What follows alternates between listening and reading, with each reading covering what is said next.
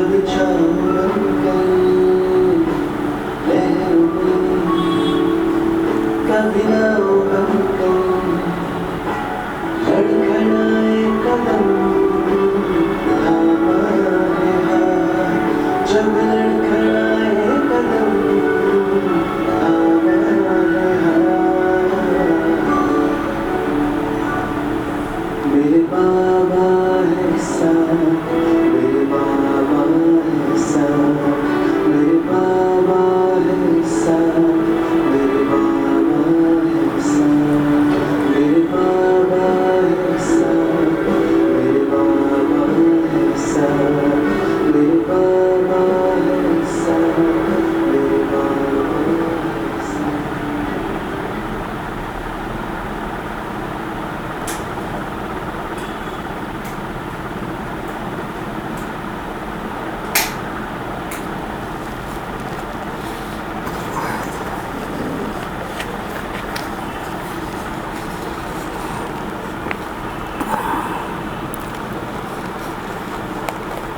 ओम शांति। आज 7 अगस्त के बाबा की मुरली है।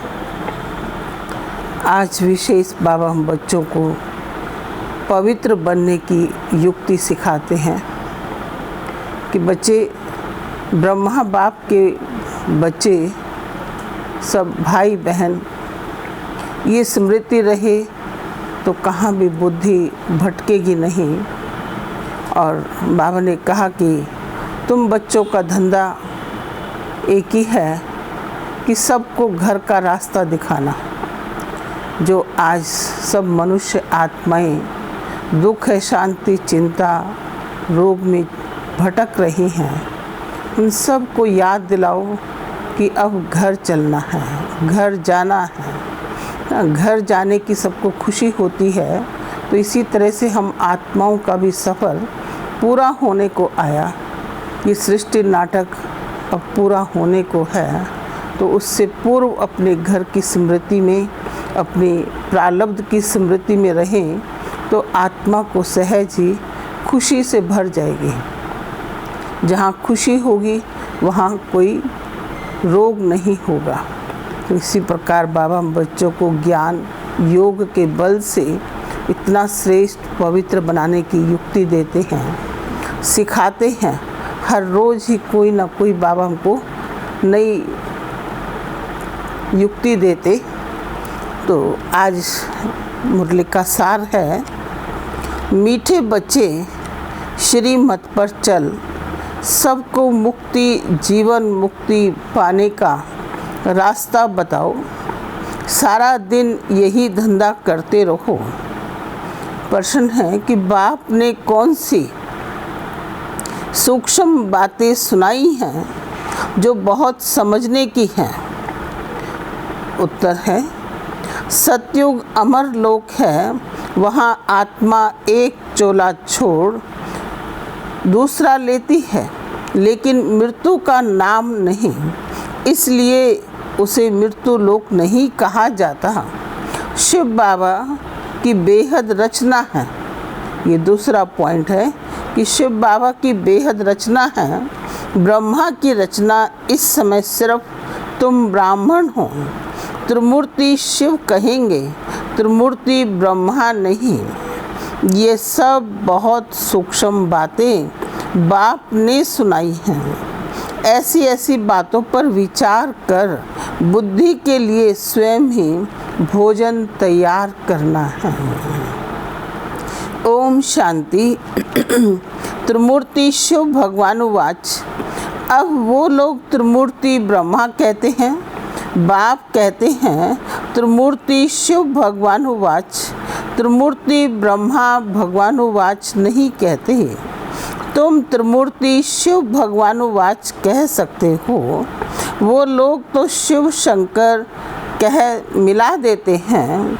ये तो सीधा है, त्रिमूर्ति ब्रह्मा के बदले त्रिमूर्ति शिव भगवानुवाच। मनुष्य तो कह देते कि शंकर आँख खोलते हैं तो विनाश हो जाता है। ये सब बुद्धि से काम लिया जाता है। तीन का मुख्य पार्ट है। ब्रह्मा और विष्णु का तो बड़ा पार्ट है 84 जन्मों का।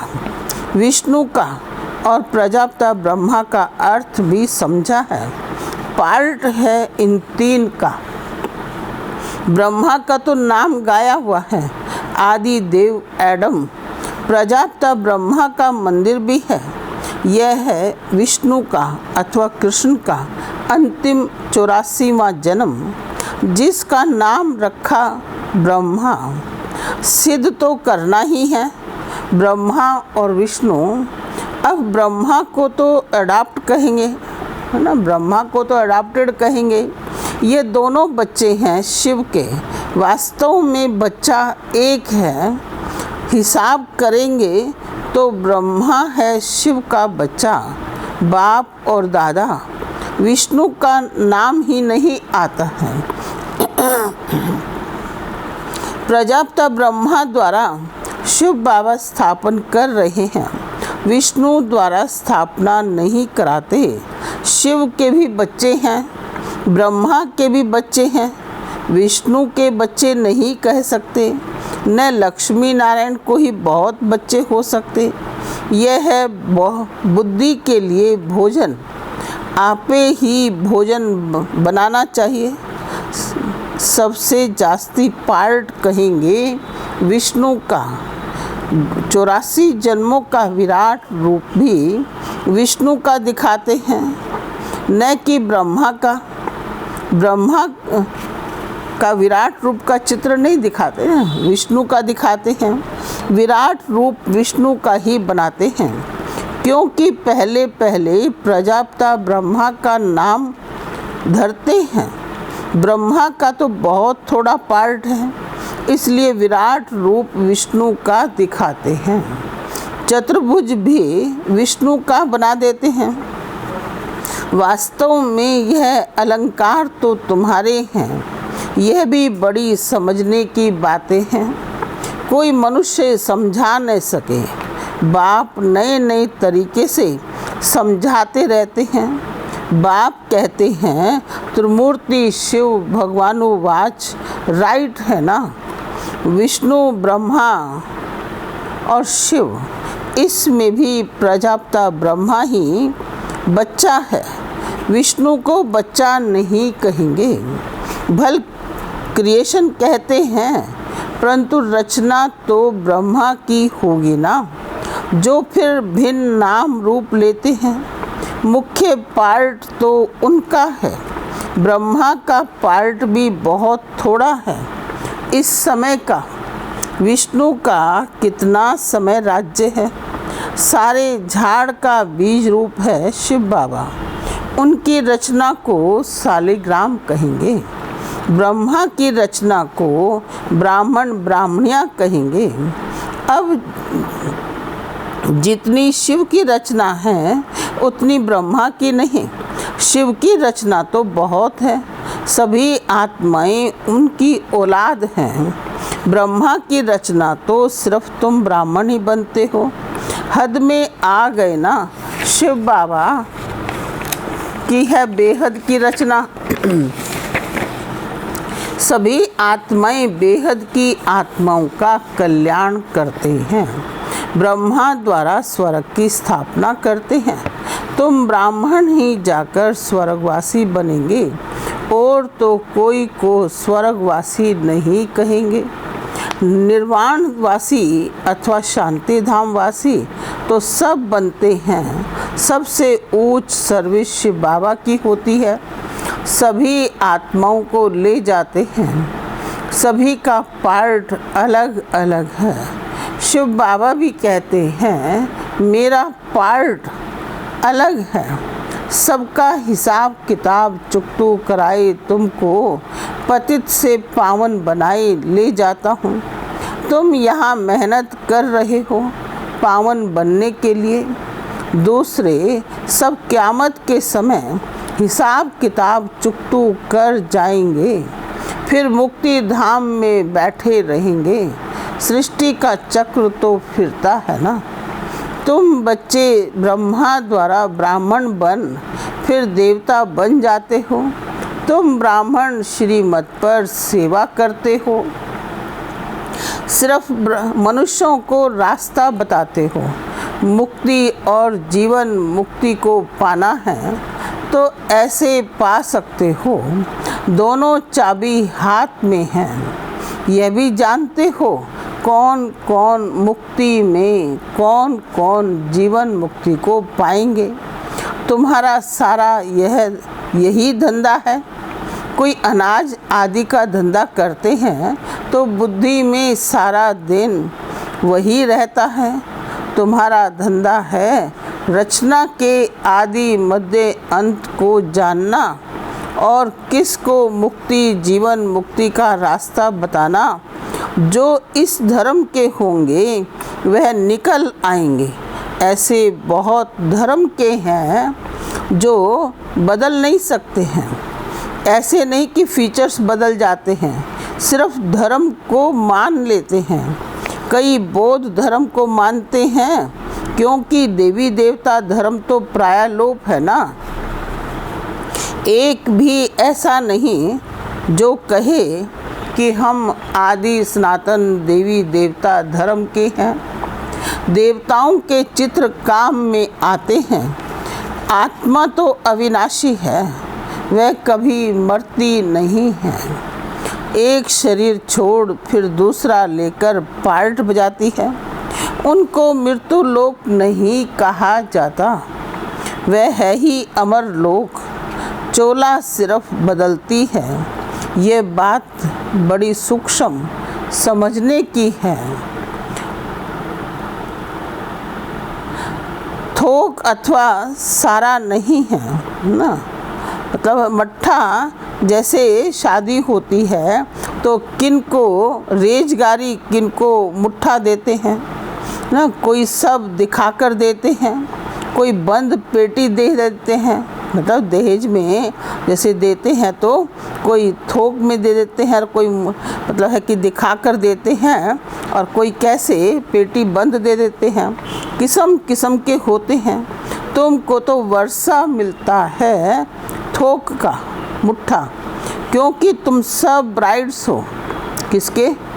शिव बाबा के। बाप है ब्राइड ग्रूम। तुम बच्चों को श्रृंगार कर विश्व की बादशाही मुट्ठे में देते हैं। विश्व का मालिक तुम बनते हो। मुख्य बात है याद की।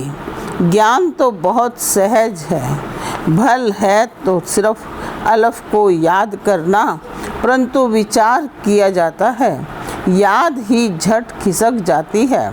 बहुत करके कहते हैं कि बाबा भूल जाते हैं। तुम किसको भी समझाओ तो हमेशा याद अक्षर बोलो। योग अक्षर रॉन्ग है। टीचर को स्टूडेंट की याद रहती है। फादर है सुप्रीम सोल। तुम आत्मा सुप्रीम नहीं हो। तुम हो पतित। अब बाप को याद करो। टीचर को, बाप को, गुरु को याद किया जाता है। गुरु लोग बैठ शास्त्र सुनाएंगे, मंत्र देंगे। बाबा का मंत्र एक ही है, मन मना भव। फिर क्या होगा? मध्याजी भव। तुम विष्णुपुरी में चले जाएंगे। तुम सब तो राजा रानी नहीं बनेंगे। राजा रानी और प्रजा होती है। तो मुख्य है त्रिमूर्ति। शिव बाबा के बाद है ब्रह्मा, जो फिर मनुष्य सृष्टि अर्थात ब्राह्मण रचते हैं। ब्राह्मणों को बैठ फिर पढ़ाते हैं। ये नई बात है ना। तुम ब्राह्मण ब्राह्मणियाँ बहन भाई ठहरे। बूढ़े भी कहेंगे हम भाई बहन हैं। ये अंदर में समझना है। किसको फालतू ऐसे कहना नहीं है। भगवान ने प्रजापिता ब्रह्मा द्वारा सृष्टि रची तो भाई बहन हुए ना। जबकि एक प्रजापिता ब्रह्मा के बच्चे हैं। ये समझने की बातें हैं। तुम बच्चों को तो बड़ी खुशी होनी चाहिए। हमको पढ़ाते कौन हैं? शिव बाबा। त्रिमूर्ति शिव ब्रह्मा का भी बहुत थोड़ा समय पार्ट है। विष्णु का सतयुगी राजधानी में 8 जन्म पार्ट चलता है। ब्रह्मा का तो एक ही जन्म का पार्ट है ना। विष्णु अर्थात लक्ष्मी नारायण ना, Lakshmi Narayan the first, Lakshmi Narayan second ना। इस प्रकार से बाबा कहते कि वहाँ तो 8 गद्दियाँ चलती हैं, 8 जन्म पार्ट चलता है विष्णु का, और ब्रह्मा का तो एक ही जन्म का पार्ट है। विष्णु का पार्ट बड़ा कहेंगे, त्रिमूर्ति शिव है मुख्य, फिर आता है ब्रह्मा का पार्ट, जो तुम बच्चों को विष्णुपुरी का मालिक बनाते हैं। ब्रह्मा से ब्राह्मण, सो फिर देवता बनते हैं। तो यह हो गया अलौकिक फादर। थोड़ा समय यह फादर है जिसको अब मानते हैं। आदि देव आदम और बीवी, इनके बिगैर सृष्टि कैसे रचेंगे। आदि देव और आदि देवी है ना। ब्रह्मा का पार्ट भी सिर्फ संगम समय का है। देवताओं का पार्ट तो फिर भी बहुत चलता है। देवताएं भी सिर्फ सतयुग में कहेंगे। त्रेता में क्षत्रिय कहा जाता है। यह बड़ी गुहे पॉइंट्स मिलती हैं। सब तो एक ही समय वर्णन नहीं कर सकते। वह त्रिमूर्ति ब्रह्मा कहते हैं, शिव को उड़ा दिया है। हम फिर त्रिमूर्ति शिव कहते हैं। यह चित्र आदि सब हैं भक्ति मार्ग के। प्रजा रचते हैं ब्रह्मा द्वारा, फिर हम प्रजा रचते हैं ब्रह्मा द्वारा, फिर तुम देवता बनते हो। विनाश के समय नेचुरल कैलेमिटीज भी आती हैं। विनाश तो होना ही है। कलयुग के बाद फिर सतयुग होगा। इतने सब शरीरों का विनाश तो होना ही है। सब कुछ प्रैक्टिकल में चाहिए ना। सिर्फ आँख खोलने से थोड़ा ही हो सकता है। जब स्वर्ग गुम होता है तो उस समय भी अर्थक्वेक आदि होती हैं। तो क्या उस समय भी शंकर आँख ऐसे मीचते हैं। गाते हैं ना कि द्वारिका अथवा लंका पानी के नीचे चली गई। अब बाप समझाते हैं, मैं आया हूँ पत्थर बुद्धियों को पारस बुद्धि बनाने। मनुष्य पुकारते हैं, हे पतित पावन आओ, आकर पावन दुनिया बनाओ। परंतु यह नहीं समझते कि अभी कलयुग है, इसके बाद सतयुग आएगा। तुम बच्चों को खुशी में नाचना चाहिए। बैरिस्टर आदि इम्तिहान पास करते हैं तो अंदर में ख्याल करते हैं ना कि हम पैसे कमाएंगे, फिर मकान बनाएंगे, यह करेंगे। तो तुम अभी सच्ची कमाई कर रहे हो। स्वर्ग में तुमको सब कुछ नया माल मिलेगा। ख्याल करो, सोमनाथ का मंदिर क्या था। एक मंदिर तो नहीं होगा। उस मंदिर को 2500 वर्ष हुआ बनाने में, टाइम तो लगा होगा। पूजा की होगी, इसके बाद फिर वह लूट कर ले गए। फौरन तो नहीं आए होंगे, है ना। बना मंदिर बना, पूजा पाठ चली, तुरंत तो कोई लूटने नहीं आया होगा ना। तो उस मंदिर को 2500 वर्ष हुआ बनाने में, टाइम तो लगा होगा। पूजा की होगी, उसके बाद ही फिर वह लूट कर ले गए। फौरन तो नहीं आए होंगे, बहुत मंदिर होंगे। पूजा के लिए बैठ मंदिर बनाए हैं। अभी तुम जानते हो, बाप को याद करते करते हम गोल्डन एज में चले जाएंगे। आत्मा पवित्र बन जाएगी। मेहनत करनी पड़ती है, मेहनत बिगैर काम नहीं चलेगा। गाया भी जाता है सेकंड में जीवन मुक्ति, परंतु ऐसे थोड़ा ही मिल जाती है। ये समझा जाता है कि बच्चे बनेंगे तो मिलेगी ज़रूर। तुम अभी मेहनत कर रहे हो मुक्ति धाम में जाने के लिए। बाप की याद में रहना पड़ता है। दिन प्रतिदिन बाप तुम बच्चों को रिफाइन बुद्धि बनाते हैं। बाप कहते हैं तुमको बहुत बहुत गूढ़ बातें सुनाता हूँ। आगे थोड़ा ही यह सुनाया था कि आत्मा भी बिंदी है, परमात्मा भी बिंदी है। कहेंगे कि पहले क्यों नहीं यह बताया, ड्रामा में नहीं था। पहले ही तुमको ये सुनाए तो तुम समझ न सको। धीरे धीरे समझाते रहते हैं। यह है रावण राज्य। रावण राज्य में सब देह अभिमानी बन जाते हैं। सतयुग में होते हैं आत्म अभिमानी, अपने को आत्मा जानते हैं। हमारा शरीर बड़ा हुआ, अब ये छोड़कर फिर छोटा लेना है। आत्मा का शरीर पहले छोटा होता है फिर बड़ा होता है। यहाँ तो कोई की आयु कितनी और कोई की कितनी है। कोई की अकाले मृत्यु हो जाती है तो कोई की 125 वर्ष की भी आयु होती है। तो बाप समझाते तुमको खुशी बहुत होनी चाहिए। बाप से वर्षा लेने की, गंधर्वी विवाह किया, यह कोई खुशी की बात नहीं है, यह तो कमजोरी है। कुमारी अगर कहे कि हम पवित्र रहना चाहते हैं तो कोई मार थोड़ा ही सकते हैं। ज्ञान कम है तो डरते हैं। छोटी कुमारी को भी अगर कोई मारे, खून आदि निकले तो पुलिस में रिपोर्ट करें तो उसकी भी सज़ा मिल सकती है। जानवर को भी अगर कोई मारते हैं तो उन पर केस होता है, दंड पड़ता है। तुम बच्चों को भी मार नहीं सकते, कुमार को भी मार नहीं सकते। वह तो अपना कमा सकते हैं, शरीर निर्वाह कर सकते हैं। पेट कोई जास्ती नहीं खाता है।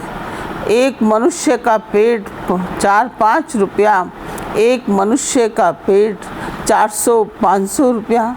पैसा बहुत है तो हबच हो जाती है। गरीबों को पैसे ही नहीं तो हबच भी नहीं, वह सूखी रोटी में ही खुश होते हैं। बच्चों को जास्ती खान पान के हंगामे में भी नहीं जाना चाहिए। खाने का शौक नहीं रहना चाहिए। तुम जानते हो वहाँ हमें क्या नहीं मिलेगा। बेहद की बादशाही, बेहद का सुख मिलता है। वहाँ कोई बीमारी आदि होती नहीं। हेल्थ, वेल्थ, हैप्पीनेस रहता है। बुढ़ापा भी वहाँ होता अच्छा रहता है। बुढ़ापा भी वहाँ बहुत अच्छा रहता, खुशी रहती है, कोई प्रकार की तकलीफ़ नहीं रहती। प्रजा भी ऐसी बनती है, परंतु ऐसे भी नहीं। अच्छा, प्रजा तो प्रजा ही सही, फिर तो ऐसे होंगे जैसे यहाँ के भील सूर्यवंशी लोग। लक्ष्मी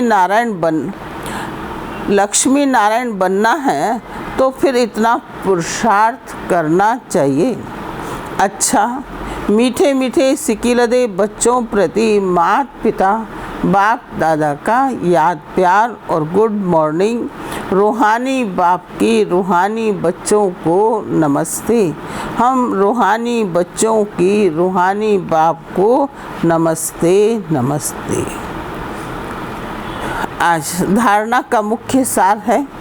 पहला पॉइंट कि हम ब्रह्मा की नई रचना, आपस में भाई बहन हैं। ये अंदर में समझना है, किसी को कहने की दरकार नहीं। सदा इसी खुशी में रहना है कि हमें शिव बाबा पढ़ाते हैं। दूसरा, खान पान के हंगामे में जास्ती नहीं जाना है। हबच लालच छोड़ बेहद बादशाही के सुखों को याद करना है। वरदान है, माया के संबंधों को डाइवोर्स दे। बाप के संबंध से सौदा करने वाले माया जीत मोह जीत भव। विस्तार है, अब स्मृति से पुराना सौदा कैंसिल कर सिंगल बनो। आपस में एक दो के सहयोगी भल रहो, लेकिन कंपेनियन नहीं, कंपेनियन एक को बनाओ, एक बाबा को बनाओ। तो माया के संबंधों से डाइवोर्स हो जाएगा। माया जीत मोह जीत विजयी रहेंगे।